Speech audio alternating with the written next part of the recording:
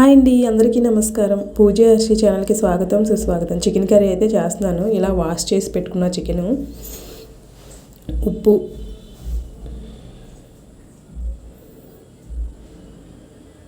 కారం, అల్లం వెల్లుల్లి పేస్టు,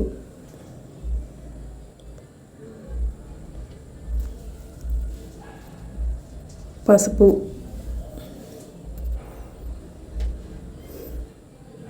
కొంచెం ఆయిల్ వేసుకుంటున్నా.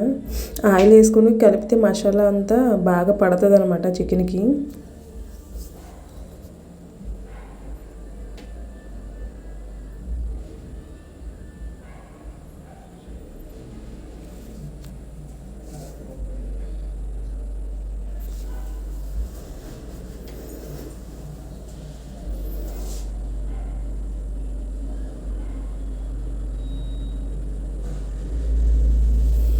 అన్నీ కలిసే వరకు బాగా కలిపేసుకోవాలి.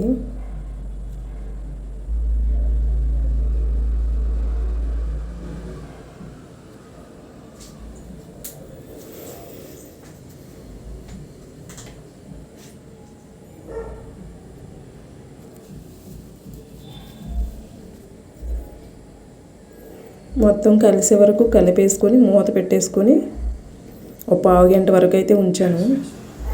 ఆనియన్స్,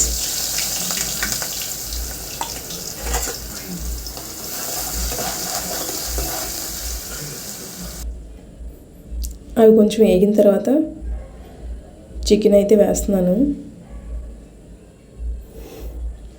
ఎప్పుడూ ఫ్రైలే కాకుండా గ్రేవీతో వండాలనుకున్నాను ఈరోజు. ఇలా కలిపి ఉంచుకుంటే గ్రేవీ అయితే బాగా వస్తుంది అనమాట. ఎక్కువ టేస్ట్ కూడా చాలా బాగుంటుంది.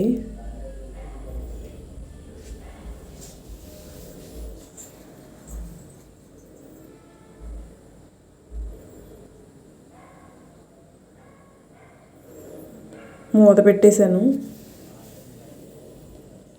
కొంతసేపు ఉడికిన తర్వాత ఇలా అయితే రెడీ అయింది. ఆ వాటర్ మొత్తం కర్రీలో వచ్చినవే.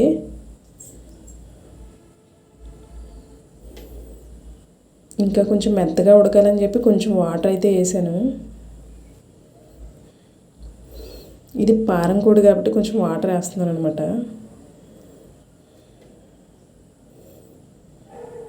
మూత పెట్టేశాను.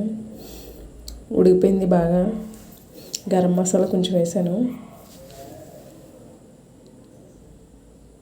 ఒకసారి తిప్పాను వేసి.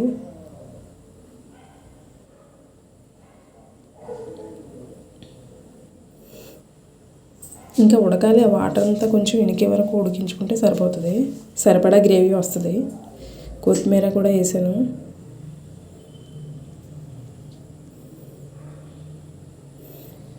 అలా రెడీ అయిపోయింది. మూత పెట్టాను. సో కర్రీ అయితే అయిపోయింది అనమాట. Gravy curry. మనకి ఇంకా గ్రేవీ అంతా కూడా కొంచెం ఇనుకుతుంది. అది చల్లారేలోపు కొంచెం గ్రేవీ అయితే తగ్గుతుంది అనమాట. టేస్ట్ అయితే మాత్రం చాలా బాగుంటుంది. మీరు కూడా ట్రై చేయండి. ట్రై చేసే ముందు నా ఛానల్ అయితే సబ్స్క్రైబ్ చేసుకోండి.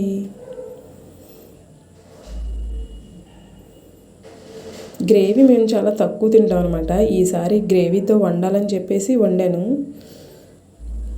అది కూడా అలా రెడీ అయిపోయింది.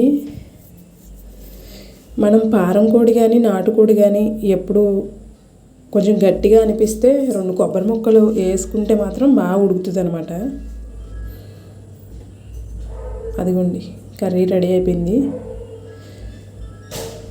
Thank you for watching.